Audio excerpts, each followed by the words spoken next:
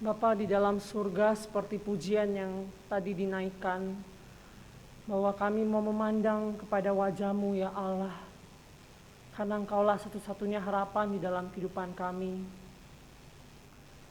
Tuhan, kami tahu bahwa ada begitu banyak hal-hal yang bisa kami harapkan di dunia ini Tuhan. Tapi biarlah melalui firman Tuhan pada pagi hari ini, kami disadarkan kembali bahwa hanya Yesus satu-satunya yang bisa kami harapkan, bukan yang lain. Biarlah firman-Mu Tuhan menguasai hati kami, menguasai pikiran kami.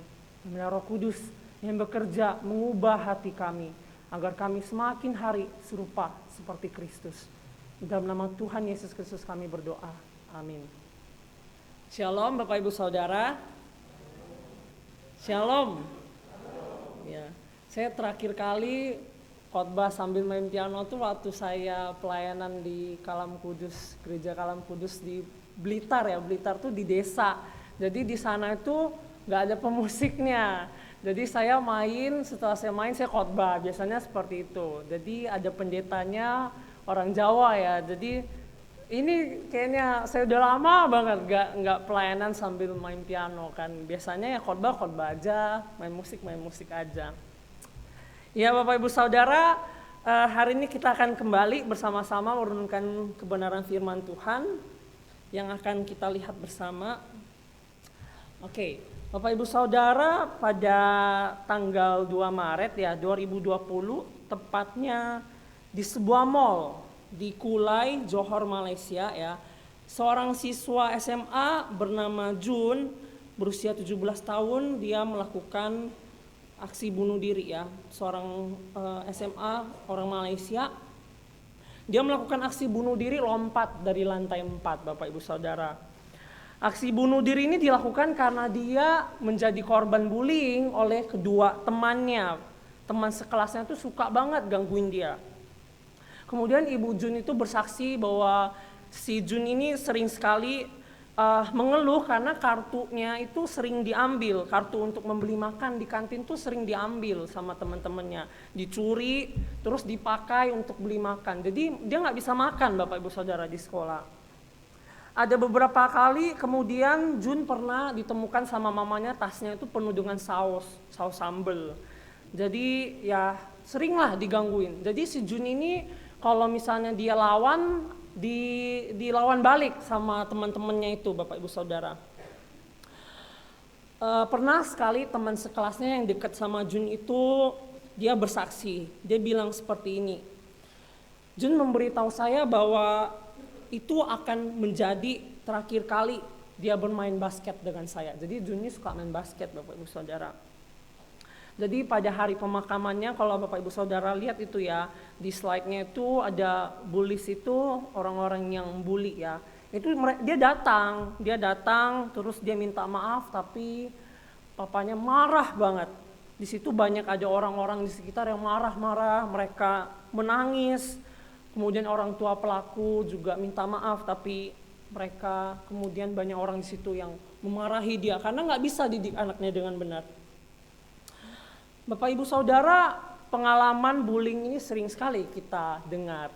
Tapi saya rasa bullying ini sudah mengalami, definisinya sudah mengalami degradasi ya, atau istilahnya sepertinya sudah diturunkan menjadi derajat tertentu. Misalnya bercanda sama teman, kita anggap, janganlah bully teman kita. Padahal bullying itu lebih daripada itu ya. Sebenarnya makna sejati dari bullying kalau kita lihat dalam bahasa Indonesia adalah menggertak atau mengganggu. Atau bentuk-bentuk perilaku kekerasan di mana terjadi pemaksaan secara psikologis ataupun fisik terhadap seseorang atau sekelompok orang yang lebih lemah. Jadi ada semacam pengaruh psikologis Bapak Ibu Saudara, bukan yang hanya bercanda-bercanda, hehe hahi, bukan, tapi benar-benar sesuatu yang serius. Dan biasa korban itu mempersepsikan dirinya sebagai pihak yang lemah. Dia tuh merasa terancam karena dibully Bapak Ibu Saudara. Bullying ini juga bisa membuat korban itu mengalami depresi, gangguan cemas, gangguan tidur, penurunan rasa percaya diri, kecenderungan untuk menyakiti diri sendiri, bahkan bunuh diri Bapak Ibu Saudara. Bapak Ibu Saudara, hal ini juga dialami oleh bangsa Israel yang tadi kita baca dalam Mazmur 123. Mazmur 123 di sana Bapak Ibu Saudara, bangsa Israel itu mengalami bullying, Bapak Ibu Saudara. Mereka mengalami bullying yang tidak hanya kita tahu saat ini bercanda-bercanda biasa, tapi benar-benar sebuah bentuk perilaku kekerasan di mana terjadi pemaksaan secara psikologis. Bapak Ibu Saudara, Mazmur 123 adalah sebuah nyanyian ziarah yang tidak dikenal siapa penulisnya, Bapak Ibu Saudara. Biasa kalau Mazmur itu dibuka, misalnya ada Mazmur Daud, Mazmur Kores, ya. Tapi di sini tidak dikenal siapa penulisnya. Jadi anonimus, Bapak Ibu Saudara. Jadi kalau anonimus maka agak sulit untuk kita tafsirkan. Ya, saya sebenarnya ini khotbah saya waktu saya di saat ya, Bapak Ibu Saudara. Khotbah saya di saat saya bawakan, Los Angleng suruh saya bawain ini gitu ya. Nah Bapak Ibu Saudara, waktu saya tafsirkan ini sulit sekali untuk ditafsirkan karena tidak dikenal siapa penulisnya. Kalau tidak dikenal siapa penulisnya, kita nggak bisa tahu ini Mazmur kapan ditulis, tahun berapa ditulis, kita tidak tahu. Nah Bapak Ibu Saudara, tapi kita bisa melihat sebuah sudut pandang yang ditulis di dalam Mazmur 123. Kemungkinan bahwa sudut pandang yang dipakai adalah yang pertama, kalau kita lihat di ayat pertama, di sana menggunakan sudut pandang aku. Ya, seolah-olah ada seorang yang mewakili bangsa Israel. Kalau dilihat dari ayat 2 sampai 4, maka di situ menggunakan kata ganti orang ketiga. Kita, kami. Bapak Ibu Saudara, ada kemungkinan bahwa Mazmur 123 ini itu dipimpin oleh seorang imam. Seorang imam, kita tahu bahwa seorang imam waktu itu jabatannya itu melayani persembahan korban. Dia juga sebagai pengantara yang mewakili manusia datang ke hadapan Allah. Imam itu, jadi dulu tuh nggak kayak kita Bapak Ibu Saudara. Kita kalau sekarang mau datang kepada Tuhan Yesus bisa langsung. Dulu nggak bisa, harus lewat seorang imam. Imam pun harus suci dan kudus, tidak bisa bercacat celah. Jadi waktu itu bangsa Israel, Mazmur 123 ini kemungkinan dipimpin oleh seorang imam yang menjerit karena bangsa Israel waktu itu disiksa. Mereka mengalami bully, mereka dianiaya oleh seseorang atau sekumpulan orang yang nanti kita akan bahas siapa itu. Nah Bapak Ibu Saudara, maka kita bisa melihat bahwa Mazmur 123 adalah sebuah doa. Doa yang dinaikkan oleh seorang imam, ya, mewakili bangsa Israel kepada Allah Yahweh. Bapak Ibu Saudara, kemungkinan bangsa Israel itu pada masa itu mengalami sebuah tekanan atau bullying dari sebuah bangsa yang sangat besar pada masa itu, yaitu bangsa Persia atau Yunani. Karena kemungkinan Mazmur ini dicatat setelah bangsa Israel, setelah mereka pulang dari pembuangan dari Babel, mereka pulang, kemudian mereka waktu itu bangsa Yunani sedang menjajah ya, bangsa Yunani sedang berperang melawan bangsa Persia, Bapak Ibu Saudara. Jadi kemungkinan bangsa Israel itu bangsa yang kecil Bapak Ibu Saudara pada saat itu dibandingkan bangsa Persia, dibandingkan bangsa Yunani yang besar banget jumlahnya. Maka kemungkinan bangsa Israel ini mereka kemudian ditekan, mereka kemudian dibully oleh bangsa-bangsa Persia dan bangsa Yunani. Mereka tidak bisa hidup dengan aman dan nyaman Bapak Ibu Saudara. Bapak Ibu Saudara, kita tahu bahwa pada teks lain bangsa Israel itu biasanya itu mengalami penganiayaan secara fisik. Contohnya saja waktu bangsa Israel di Mesir, mereka diperbudak, ya. Tapi dalam teks ini ya kita melihat bahwa penghinaan ini tidak kita lihat bisa jadi secara fisik tapi tidak dijelaskan secara eksplisit. Namun bisa saya pastikan penghinaan ini mereka alami secara verbal. Kenapa? Nanti kita lihat pada ayat-ayatnya.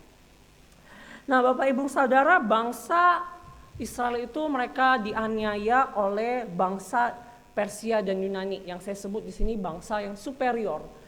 Ada inferior, ada superior. Superior pasti membuli inferior.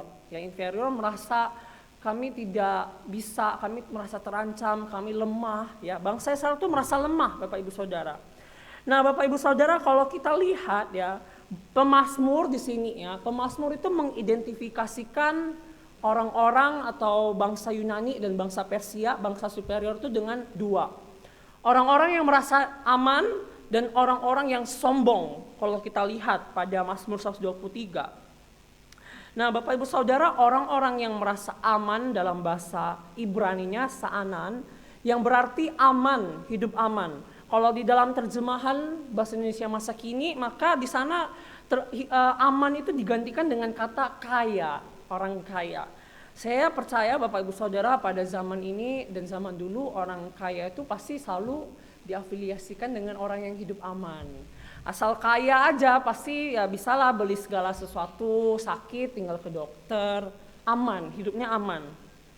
Bapak Ibu Saudara, kebutuhan rasa aman adalah suatu keadaan di mana seseorang tuh merasa nyaman, dia tuh merasa terlindungi dari ancaman psikologis, bebas dari rasa sakit, terutama nyeri, Bapak Ibu Saudara. Bapak Ibu Saudara, orang-orang yang ini, bangsa superior ini mereka merasa aman. Ya, mereka merasa terlindungi dari ancaman psikologis. Karena kenapa? Mereka kaya, Bapak Ibu Saudara. Bangsa Israel cuman orang-orang yang dijajah. Penjajah biasanya lebih makmur hidupnya. Wah, mereka bisa menjarah harta bangsa Israel. Istri orang bangsa Israel bisa diambil, yang cantik-cantik diambil. Kayak gitu Bapak Ibu Saudara kita lihat. Maka jangan heran bahwa bangsa Persia dan bangsa Yunani itu masa hidupnya aman. Bapak Ibu Saudara, tapi miris sekali Bapak Ibu Saudara bahwa kekayaan itu menjadi tameng atau menjadi seperti perlindungan mereka, orang-orang Persia dan orang-orang Yunani. Miris sekali Bapak Ibu Saudara. Mereka menjadikan barang-barang yang fana, hal-hal yang fana itu menjadi tameng mereka, bukan Allah yang kekal Bapak Ibu Saudara. Mereka merasa aman dengan kekayaan itu. Sehingga apa Bapak Ibu Saudara? Mereka menjadi sombong. Mereka menjadi orang-orang sombong. Mereka menghina bangsa yang lebih lemah. Bapak Ibu Saudara, ayat keempat menjadi puncak dari keluh kesah bangsa Israel. Jiwa kami sudah cukup kenyang dengan olok-olok orang-orang yang merasa aman, dengan penghinaan orang-orang yang sombong. Bapak Ibu Saudara, waktu saya bikin khotbah ini, saya survei waktu di saat ya, saya tanya teman-teman saya, kok kamu pernah makan seberapa banyak sih makanan di dalam hidup ya? Dia bilang makan 2 loyang pizza sekaligus, dia bilang gitu. Saya bilang buset kok 2 loyang, dia bilang.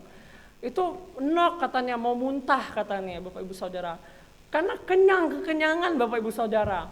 Saya bayangin Bapak Ibu Saudara, jiwa itu ya dikasih makan banyak sampai kenyang mau muntah Bapak Ibu Saudara. Itu seperti bangsa Israel. Sudah cukup kenyang dengan olok-olok. Bapak Ibu Saudara, jiwa itu apa sih? Jiwa itu dalam bahasa Ibrani nefes ya, itu artinya pusat dari emosi. Pusat dari emosi, kehendak, pikiran. Bayangin emosi ya, kalau di emosinya udah puncak, udah penuh itu rasanya mau meledak. Kehendak, pikiran itu dipenuhi dengan omongan-omongan, cacian-cacian, olok-olok orang-orang yang merasa aman. Mereka merasa cukup kenyang, sudah kenyang banget gitu ya Bapak Ibu Saudara. Jiwa mereka sudah penuh banget Bapak Ibu Saudara. Dikenyangkan itu dalam bahasa Ibrani saba, bisa berarti dipuaskan. Berarti mereka udah puas Bapak Ibu Saudara. Tapi puasnya itu bukan puas bahagia, tapi puasnya menderita Bapak Ibu Saudara. Dalam King James Version itu exceedingly ya, itu atau extremely, tremendously itu udah benar-benar udah melewati batas, udah penuh banget jiwa mereka, dipenuhi dengan olok-olok dan hinaan. Bapak Ibu Saudara, mereka tuh mengalami rasa sakit dan kesedihan yang sangat amat mendalam. Kita nggak bisa rasain Bapak Ibu Saudara, karena ini cuma teks doang. Tapi Bapak Ibu Saudara, mari kita bayangkan, kita bandingkan dengan kisah Jun yang tadi saya ceritakan di awal. Bapak Ibu Saudara, Jun itu mungkin juga mengalami hal yang sama ya. Soul, jiwanya itu sudah penuh dengan hinaan dan cacian. Kemudian dia merasa kenyang, udah kekenyangan, gak bisa buang. Akhirnya apa? Dia kemudian memilih untuk tidur selamanya. Lompat dari lantai 4, mengakhiri segalanya. Bapak Ibu Saudara, berbeda dengan Jun. Justru bangsa Israel memilih untuk apa? Untuk berseru kepada Tuhan. Berseru kepada Tuhan agar apa Bapak Ibu Saudara? Agar Tuhan bisa menggantikan kekenyangan, hinaan yang mereka terima itu dengan pribadi Allah yang dapat mengenyangkan jiwa mereka. Tadi olok-olok tuh yang mengenyangkan jiwa mereka. Mereka berseru, Tuhan gantikanlah ya olok-olok itu dengan Engkau yang dapat mengenyangkan saya. Bapak Ibu Saudara, teriakan itu bisa kita lihat dari ayat 1 sampai 3. Kepadamu aku melayangkan mataku, ya engkau yang bersemayam di sorga. Lihat seperti mata para hamba laki-laki memandang kepada tangan tuannya. Seperti mata hamba perempuan memandang kepada tangan nyonyanya. Demikianlah mata kita memandang kepada Tuhan Allah kita. Sampai ia mengasihani kita. Kasihanilah kami ya Tuhan, kasihanilah kami, sebab kami sudah cukup kenyang dengan penghinaan. Bapak Ibu Saudara, pada ayat pertama dan kedua kita dapat melihat bahwa pemazmur banyak menggunakan kata mata di sini. Mata itu organ penglihatan ya Bapak Ibu Saudara. Kalau buta kita nggak bisa lihat. Mata itu berfungsi untuk melihat objek yang jauh sama yang dekat. Saya udah agak rabun Bapak Ibu Saudara. Kalau berfungsi normal kita bisa lihat jauh, dekat. Bapak Ibu Saudara, pemazmur itu melayangkan matanya kepada Tuhan yang bersemayam di sorga. Ya, dengan melayangkan matanya ke sorga, apa sih Bapak Ibu Saudara yang pemazmur lihat di atas surga itu? Bapak Ibu Saudara, kemudian kita lihat pemazmur ketika melayangkan matanya ke surga, melihat tahta Allah, pemazmur kemudian mengingat sebuah analogi hamba dan Tuhan. Sebuah analogi hamba dan Tuhan. Bapak Ibu Saudara, siapa sih hamba? Siapa sih Tuhan? Bapak Ibu Saudara, pada masa itu relasi hamba dan Tuhan itu sangat common ya. Common itu sangat biasa, ya biasa ditemukan. Banyak hamba Tuhan. Sekarang udah nggak ada. Sekarang bos karyawan. Dulu hamba dan Tuhan. Bos dan karyawan pun karyawan masih punya hak untuk hidup. Kita punya HAM, hak asasi manusia.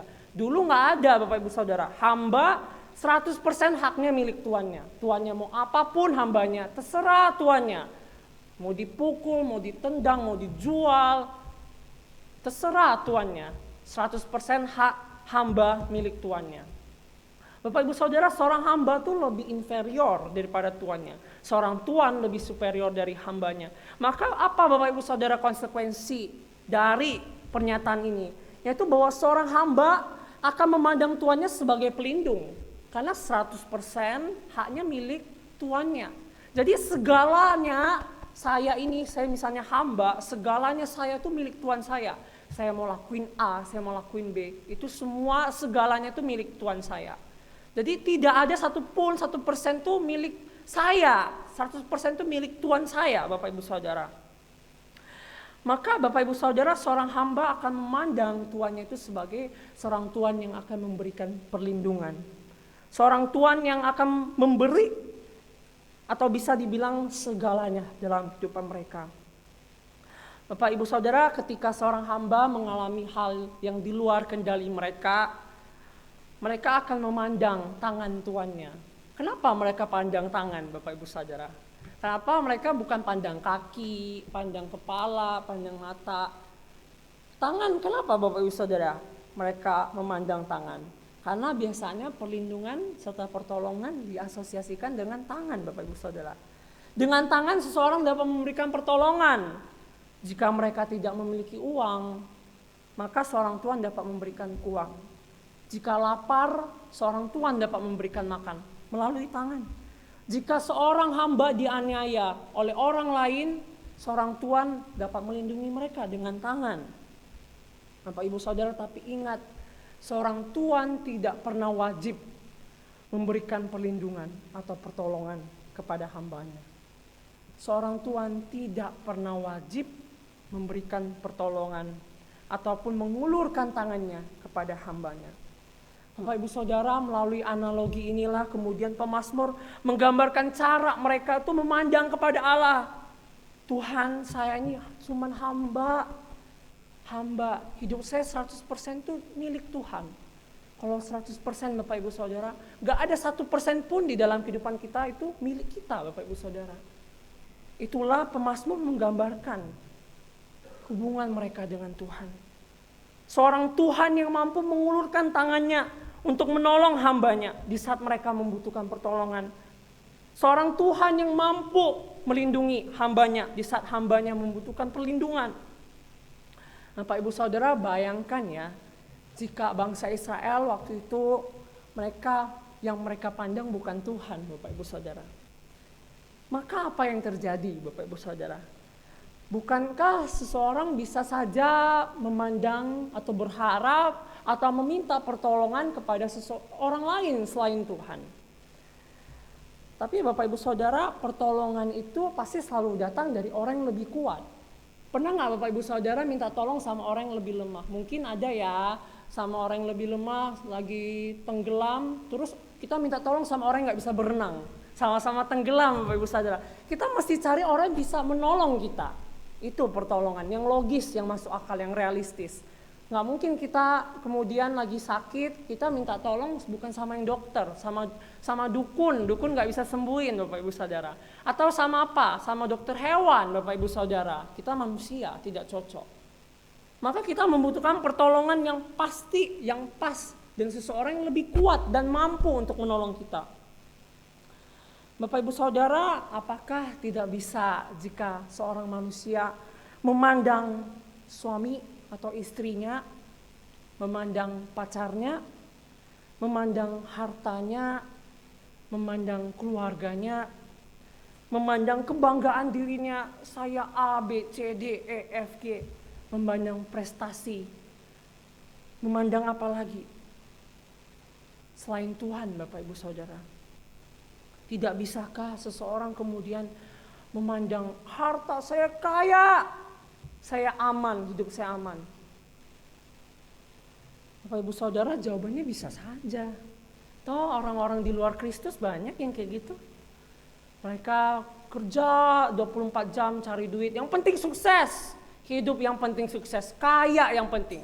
Mereka memandang kekayaan sebagai tujuan hidup mereka. Terus kita lihat, bahagia ya. Kadang kita mikir kok orang Kristen nggak bahagia ya. Mereka lebih bahagia. Mereka mandangnya tuh mandang kekayaan boleh-boleh aja dong. Bapak Ibu Saudara, jawabannya bisa saja. Namun pertanyaannya Bapak Ibu Saudara, bangsa Israel tuh tahu bahwa mereka punya tangan yang paling kuat yang mereka bisa pegang. Bapak Ibu Saudara, seberapa kuat sih kekayaan bisa menahan, menolong kita? Seberapa kuat sih suami atau istri Anda, pacar Anda, prestasi, kebanggaan diri, menolong kita, kemudian memegang tangan kita. Bentar aja lepas Bapak Ibu Saudara. Bangkrut, hilang, kecewa. Tapi Tuhan tidak akan pernah hilang selama-lamanya Bapak Ibu Saudara. Kita percaya Bapak Ibu Saudara, Tuhan omnipotence, maha kuasa. Maha kuasa Bapak Ibu Saudara. Kalau maha kuasa, segalanya bisa dia lakukan Bapak Ibu Saudara. Maha kuasa. Seberapa maha kuasa? HP. Maha kuasa enggak? Saya banting, hancur, rusak. Tuhan, siapa yang bisa melawan Tuhan? Tidak ada yang bisa melawan Tuhan. Maka Bapak Ibu Saudara, kalau Tuhan maha kuasa, kalau kita percaya bahwa Tuhan adalah maha kuasa, dan tidak ada Allah yang seperti Dia, mengapa kemudian kita mengalihkan pandangan kita kepada yang lain? Kekayaan, kesuksesan, kebanggaan diri. Sekali lagi Bapak Ibu Saudara, jika ada yang paling kuat di antara semuanya, maka mengapa manusia kemudian memandang yang lain? Bapak Ibu Saudara, saya selalu ingat dosen saya, Bu Ati, dia selalu bilang, kita hanya ciptaan. Nah, kita hanya ciptaan. Ciptaan itu nggak ada apa-apanya. Tuhan itu pencipta kita. Bapak Ibu Saudara, bayangin seperti ini ya. Misalnya saya pencipta HP ini. Saya pencipta statusnya. Ini ciptaan. Waktu HP ini rusak, kalau saya mati, cuman saya satu-satunya yang tahu bisa perbaiki HP ini. Waktu saya mati, saya nggak ada, cuma saya yang bisa hidupkan HP ini. Kalau nggak ada Tuhan dalam hidupmu, siapa yang bisa menolongmu? Cuma Tuhan yang tahu, karena Tuhan pencipta kita. Kita cuma ciptaan Bapak Ibu Saudara. Maka Bapak Ibu Saudara, bangsa Israel, pemazmur kemudian melihat Tuhan seperti itu. Kami hanyalah hamba, Engkaulah Tuhan. 100% hidup kami milik Tuhan. Gak ada 1% pun Tuhan, itu milik kami. Bapak Ibu Saudara,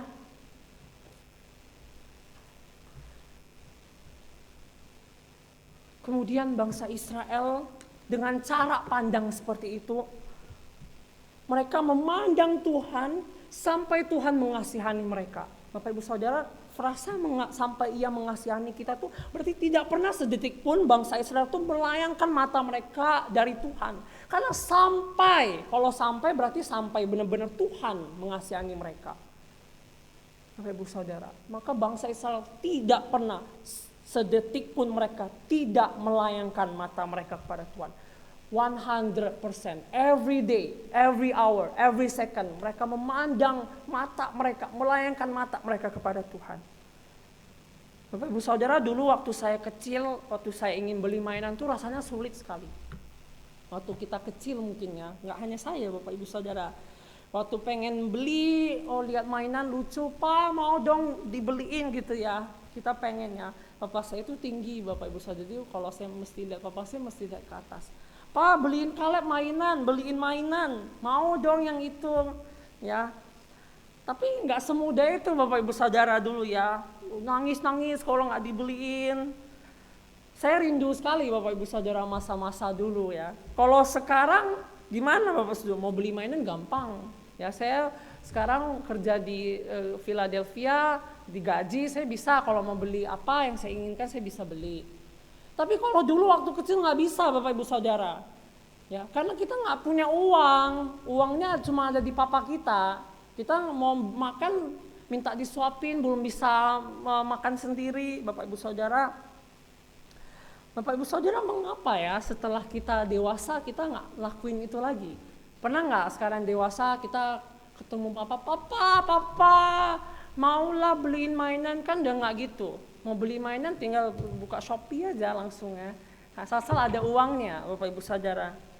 Bapak Ibu Saudara, ketika saya merenungkan, kemudian saya menyadari bahwa waktu itu saya tuh anak kecil Bapak Ibu Saudara.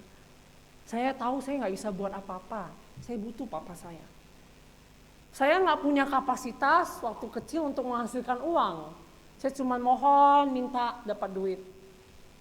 Tapi saya butuh mainan itu untuk menyenangkan hati saya. Bapak Ibu Saudara, bukankah relasi seperti inilah yang menggambarkan relasi kita dengan Bapa di surga?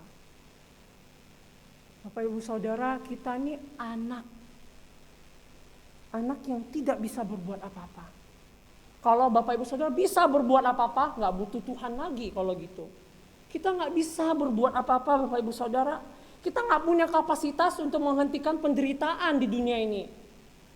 Kita nggak punya kapasitas untuk mengontrol dunia ini, nggak bisa.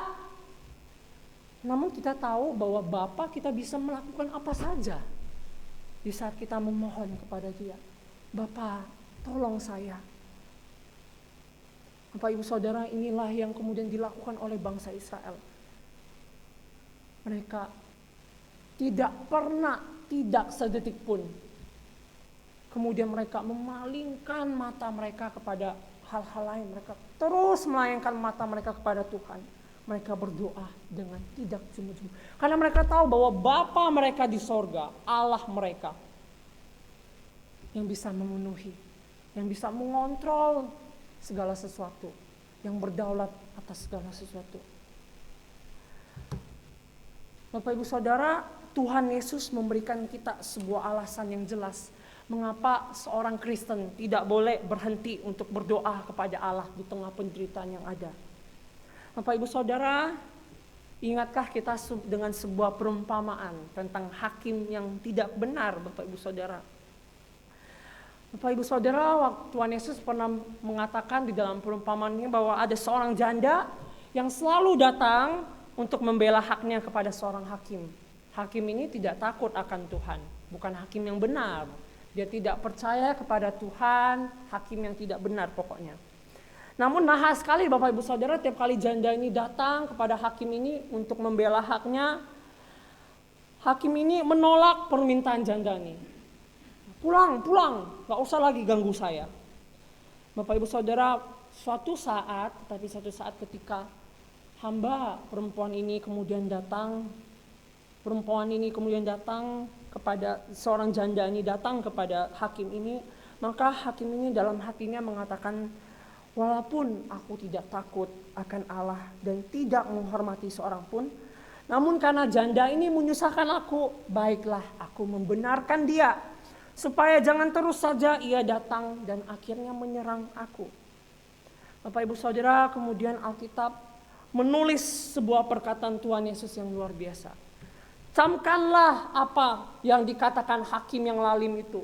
Tidakkah Allah akan membenarkan orang-orang pilihannya yang siang malam berseru kepadanya? Dan adakah ia mengulur-ngulur waktu sebelum menolong mereka? Aku berkata kepadamu, ia akan segera membenarkan mereka. Akan tetapi, jika anak manusia itu datang, adakah ia mendapati iman di bumi? Bapak Ibu Saudara, Tuhan Yesus mengatakan sebuah kebenaran bahwa hakim ini tidak takut akan Allah. Dia tidak mengenal siapa itu Allah, tapi Allah bisa membenarkan hamba janda ini melalui hakim ini. Bapak Ibu Saudara, kalau hakim yang tidak benar ini saja bisa membenarkan janda itu, apalagi Allah. Bapak Ibu Saudara, Tuhan Yesus memberikan sebuah kebenaran bahwa Allah tidak pernah mengulur-ngulur waktu untuk menolong umatnya. Namun Bapak Ibu Saudara, firman Tuhan mengatakan, adakah aku mendapati iman di bumi? Adakah iman Bapak Ibu Saudara saat ini seperti itu?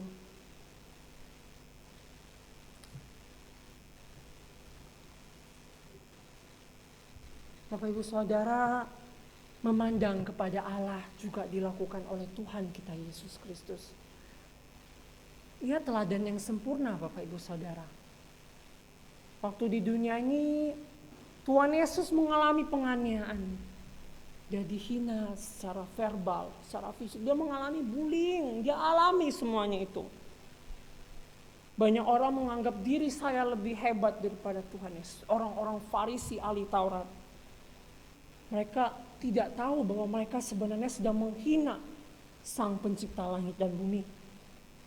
Mereka berteriak, salibkan Yesus, salibkan dia Bapak Ibu Saudara.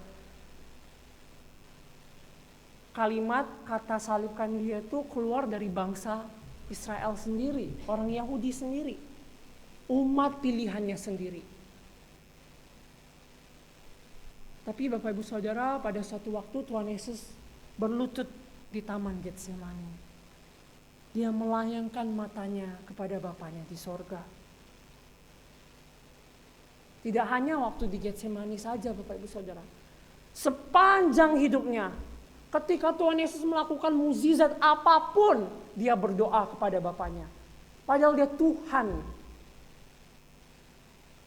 Sepanjang hidup Tuhan Yesus di dunia ini, ia memandang kepada Bapanya di sorga. Dia tidak pernah mengalihkan pandangannya kepada harta. Waktu iblis bilang, semuanya jadi milikmu, sembah aku. Dia tidak pernah.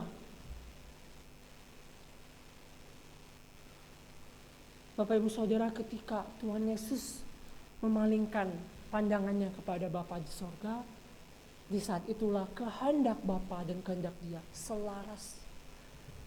Bapak Ibu Saudara, di saat kita memandang kepada Bapa kita di sorga, kita tahu apa yang Bapa kita inginkan. Kaleb, kamu lakuin A, kamu lakuin B, kamu senangin hatiku saja. Di saat Tuhan Yesus memandang kepada Bapanya di sorga di Getsemani, Tuhan Yesus mengatakan, jadilah kehendakmu, bukan kehendakku. Tuhan Yesus dikuatkan, diberikan pertolongan oleh Bapanya di sorga. Bapak Ibu Saudara, Tuhan Yesus mati bagi kita. Waktu Tuhan Yesus mati digantung di atas kayu salib, yang dia pandang itu kita semua Bapak Ibu Saudara. Engkau dan saya yang hina dan kotor ini, yang penuh dengan dosa.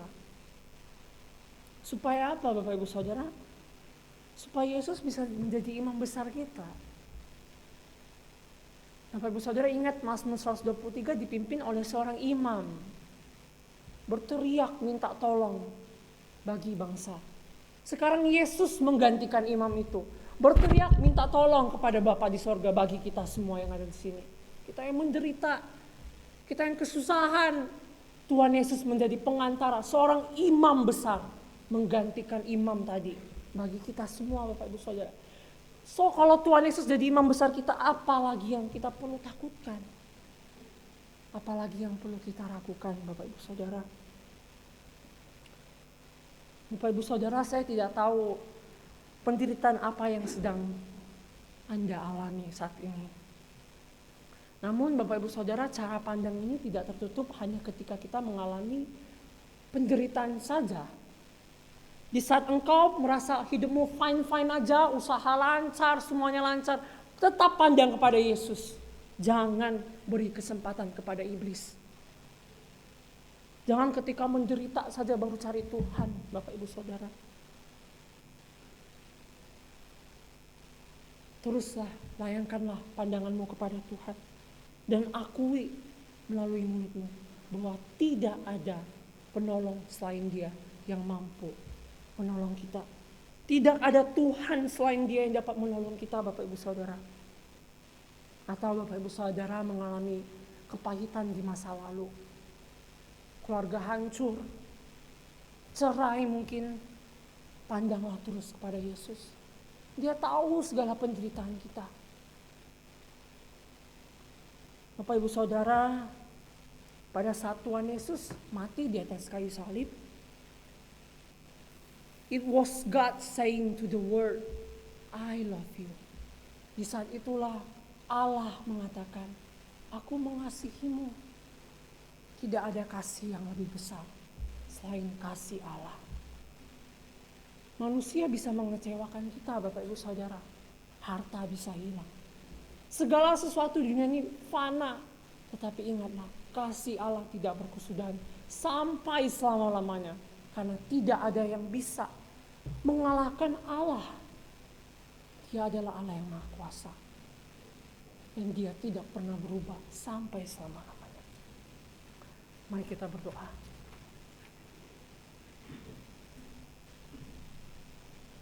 Bapa, ampunilah kami. Jika sering sekali Tuhan kami melayangkan pandangan kami daripada-Mu Tuhan. Kami berpikir bahwa kenikmatan dunia, harta, kesuksesan yang kami kejar-kejar dapat membuat kami merasa aman dan tentram. Tapi kami lupa ketika semuanya itu hilang, kami kecewa. Tuhan sadarkan kami bahwa Engkau tidak akan pernah hilang dalam kehidupan kami. Engkau selalu ada beserta kami. Bahkan ketika kami sering sekali hilang dari hadapan-Mu, Engkau tidak pernah melupakan kami. Terima kasih ya Bapa. Ampunilah kami. Ampunilah kami manusia yang berdosa ini. Ajarilah kami Tuhan. Terus tidak jemu-jemu berdoa. Memohon kepadamu. Bergantung sepenuhnya kepadamu. Tuhan Allah kami. Bapa, saat ini kami juga menerima kasih-Mu. Mungkin ada di antara kami Tuhan yang saat ini belum sungguh-sungguh menerima Tuhan Yesus. Kami mau sekali lagi mengkonfirmasi iman kami di hadapan-Mu. Bahwa hanya Engkau satu-satunya Tuhan dan Juru Selamat di dalam kehidupan kami. Hanya Engkau Allah yang dapat mengasihi kami. Tidak ada Allah lain selain Engkau yang begitu mengasihi kami. Terima kasih ya Bapa, terima kasih. Ampunilah kami ya Tuhan, manusia yang berdosa ini. Ampunilah kami ya Allah. Biarlah Roh Kudus menyertai kehidupan kami semua jemaat-jemaat-Mu. Menghibur hati kami yang sedih. Memberikan kami kekuatan di saat kami menderita. Di saat kami butuh kekuatan. Memberikan kami perlindungan di saat kami butuh perlindungan. Memberikan kami pertolongan di saat kami membutuhkan pertolongan. Terima kasih ya Bapa. Dan dialah segala kemuliaan. Seluruh kehidupan kami memuliakan nama-Mu senantiasa. Supaya orang-orang dapat melihat kasih Kristus di dalam kehidupan kami. Dan mereka dapat percaya bahwa Engkau adalah Allah yang hidup. Di dalam nama Tuhan Yesus Kristus kami berdoa. Amin.